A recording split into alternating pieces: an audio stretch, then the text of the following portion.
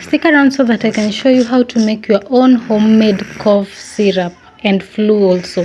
So make sure you subscribe if you've not, comment, like, and share this video, and let's just dive into it.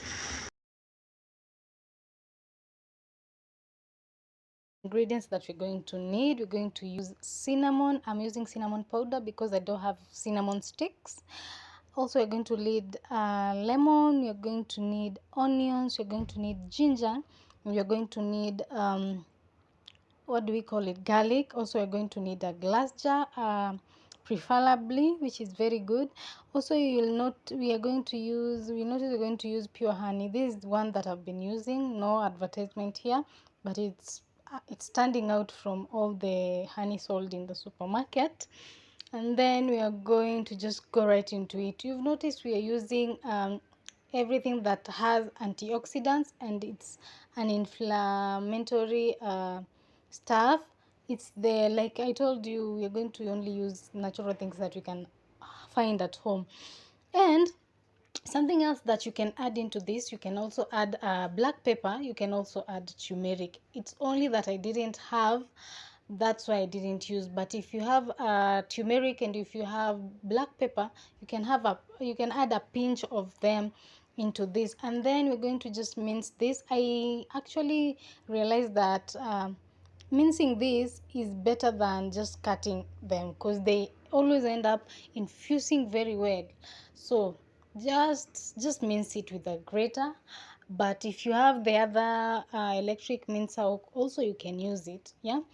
So we're going to just mince it and then transfer it probably to our jar.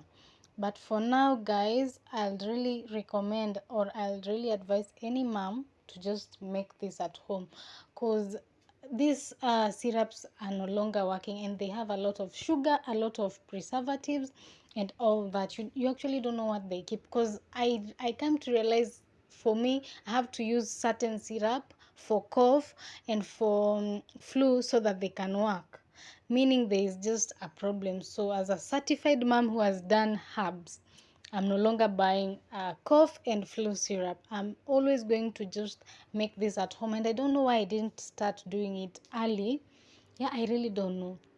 Anyway, we learn as we go. So I'm going to transfer that into the jar, the glass jar, and I'll really advise you to sterilize the jar before you actually use it, yeah, so that the medicine can actually last longer. Also, it kills a lot of bacteria or anything that is dirty that was stored in there, yeah? So I'm going to just cut the onions, and just also transfer it to the jar. I cut a full onion, but I ended up using half of it. Also, the proportion of this depends on the jar. That's why I'm not going to indicate the proportion. Just ensure, if it's a big jar, if you're using 2 lemons, make sure you're adding two onions and all that. Like be okay. What is the word actually? Use everything in the right proportion. Don't use this many, this more. However, the ginger always adds the medicine to makes the medicine to be so tangy. So I'd advise for you to go low on ginger, but the rest you can actually use lots of that. Also, you realize I'm using lemon, but I'd really recommend anyone who's going to try this to use lime.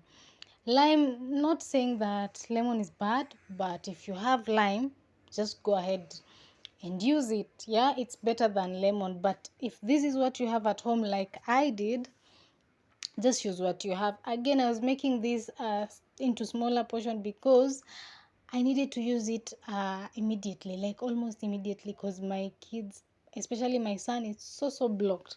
So I needed something that was going to infuse very quickly, because again, the more you make it, then it needs a lot of time, like a whole day or 2 days. That is if you're not into fermenting it to stay for quite some days, yeah.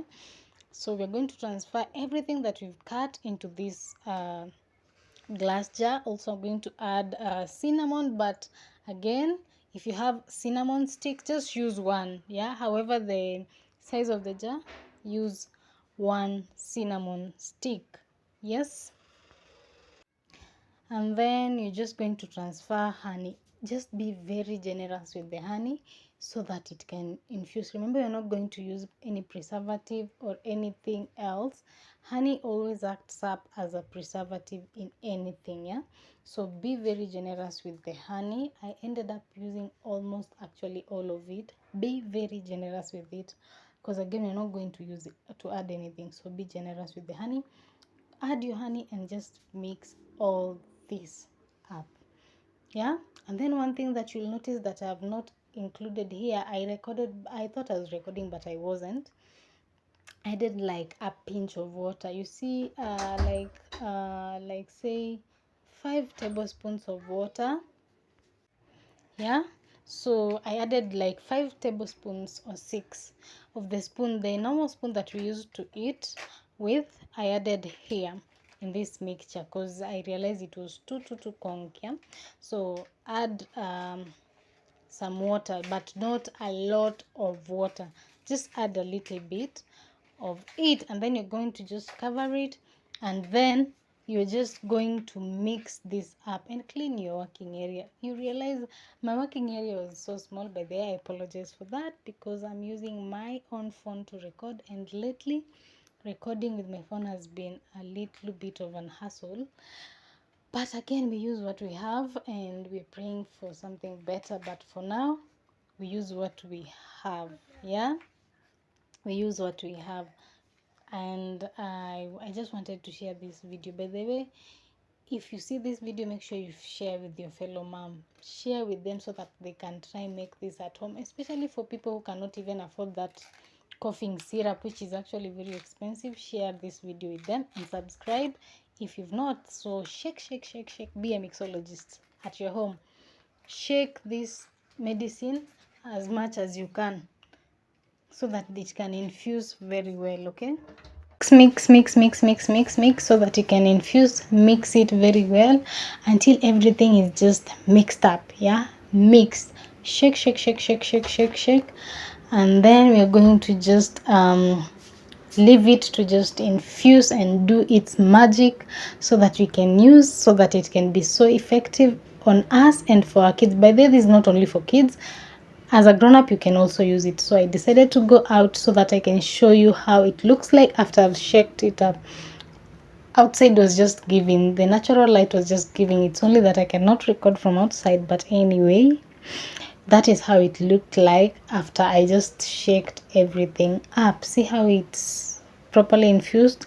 And by the way, you can use this right now, but again, it's not infused, yeah. So we're going to just give it time so that it can just mix up, so that all those good things go into that medicine, yeah.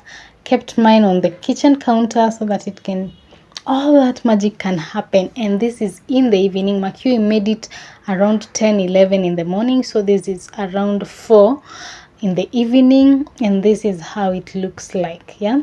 This is actually how it looks like, yeah. You can now, for that period of time, you can now give it to your kids, yeah, because see, it's actually watery. So yeah, and as evidence, I'm going to show you.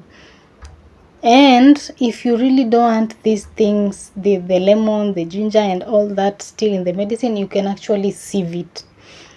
But if you're like me, who would prefer for that to sit for at least a day, so that the next day you sieve it, so that it can actually start fermenting, or so that all those things are absorbed, do so, yeah.